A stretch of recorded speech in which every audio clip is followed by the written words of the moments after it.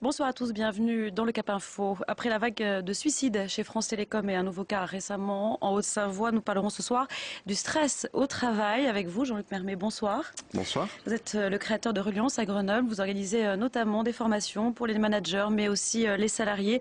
Thème abordé la cohésion d'équipe, le stress dans le travail, autant de questions qui font aujourd'hui la une de l'actualité et dont nous parlerons dans quelques instants.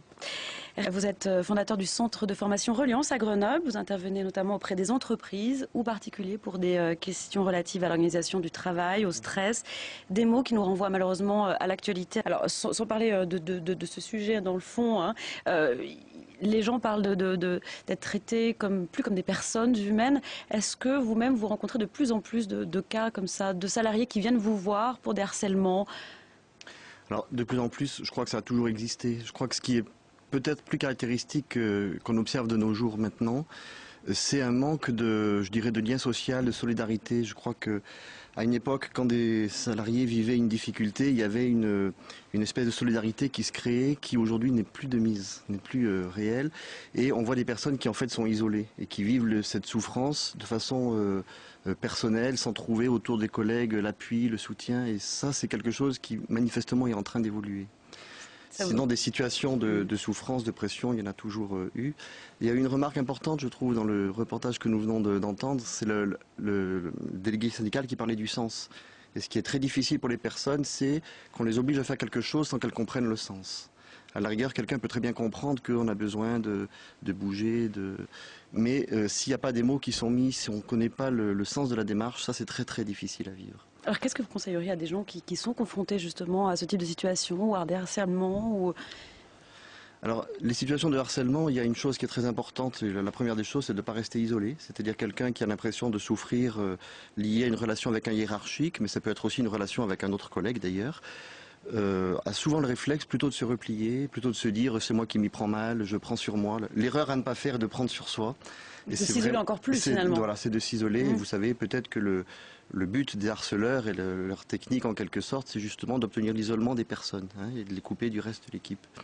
Donc il y a une démarche vraiment de se mettre en lien.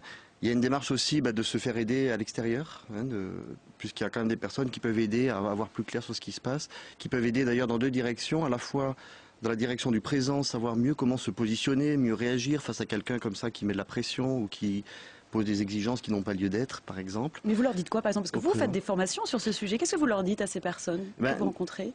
Souvent, ça va revenir à leur apprendre à dire non. Dans beaucoup de cas, c'est-à-dire qu'il y a beaucoup de personnes, si vous voulez, ce qui fait que je vais me retrouver en souffrance, par exemple, c'est que je risque d'aller au-delà d'un seuil de tolérance pour moi, c'est-à-dire d'accepter des choses qui sont pas bonnes pour moi, mais sans que je m'en rende vraiment compte. Et quand je m'en rends compte, c'est des fois au bout de plusieurs mois, ou une année, ou 2 ans, et là il est trop tard, c'est-à-dire que j'ai déjà inscrit vraiment un mal-être profond.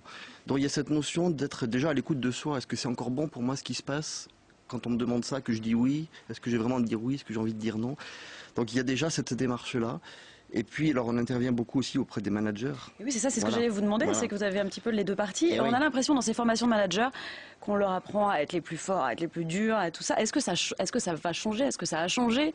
Qu'est-ce que vous leur apprenez? Je crois que ça a changé, parce que quand même le management au XVIIIe siècle, au XIXe siècle était quand même parfois très rude. Je crois qu'il y a quand même une évolution dans ce sens-là. Oui, mais là, chez France Télécom, justement, on les accuse un petit peu de mettre trop de pression, d'être trop dur. Voilà. Qu'est-ce que vous leur apprenez dans ces formations? Ce qu'il faut apprendre aux managers, en fait, il y a un peu là aussi 3 directions à apprendre. La première des choses, c'est que le manager puisse, je dirais, créer des relations saines dans son équipe de façon à ce qu'il y ait un climat qui permette aux choses de se dire. La grande difficulté, c'est tout ce qui reste à l'intérieur.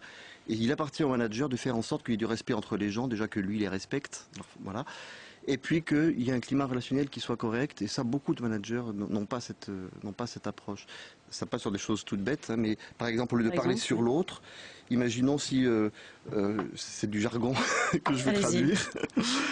Imaginons que si je vous dis par exemple vous avez mal rangé l'atelier, voilà, on travaille dans je sais pas quelle usine, je suis votre chef, et puis je vous dis mais enfin t'es pas foutu de ranger l'atelier d'aplomb, mais qu'est-ce que c'est ce bazar, où est-ce que t'as appris ton métier? Vous voyez, là je parle sur vous, je suis en train de vous juger, vous disqualifier.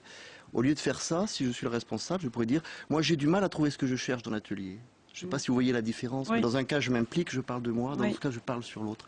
Et c'est ce genre de choses qui petit à petit vont manger un climat relationnel, vont le dégrader, etc. Donc il y a à leur apprendre ça d'une part, mais il y a aussi à leur apprendre surtout d'être à l'écoute. Parce que ce qui est le plus difficile pour les personnes, c'est de ne pas être entendu. Vous savez que beaucoup de salariés peuvent tout à fait recevoir un refus, un non, ça on peut le gérer.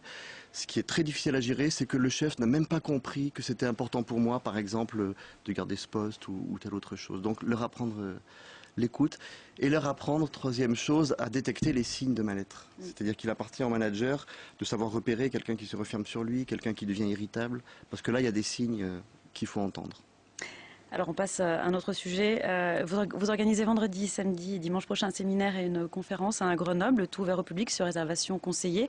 Le site va s'afficher. Alors quels sont les thèmes qui seront abordés en Alors là, quelques on mots? change effectivement tout à fait de registre, puisque nous travaillons dans le monde de l'entreprise, mais aussi pour tout ce qui est les relations familiales, personnelles. Et donc, c'est Jacques Salomé qui vient donc vendredi et il fait sa conférence sur le thème de la rencontre amoureuse à l'aventure du couple. Tout un programme. Hein. Voilà, tout un programme qui rejoint chacun. Oui, Et le séminaire, ou pas. Oui, le séminaire, lui, aura lieu sur le thème de la maladie, d'essayer d'entendre un peu le sens des symptômes. Est-ce que c'est par hasard que je tombe malade ou est-ce que mon corps, quand je tombe malade, tente de m'alerter, de me dire quelque chose? Ce qui n'est pas très éloigné de notre premier sujet, parce que peut-être que si je déclenche du mal-être aussi au travail, j'ai à entendre, moi, dans mon propre fonctionnement, comment peut-être j'entretiens aussi cela. Des sujets en tout cas passionnants. Merci beaucoup Jean-Luc Mermet d'être venu sur le plateau de Télé Grenoble.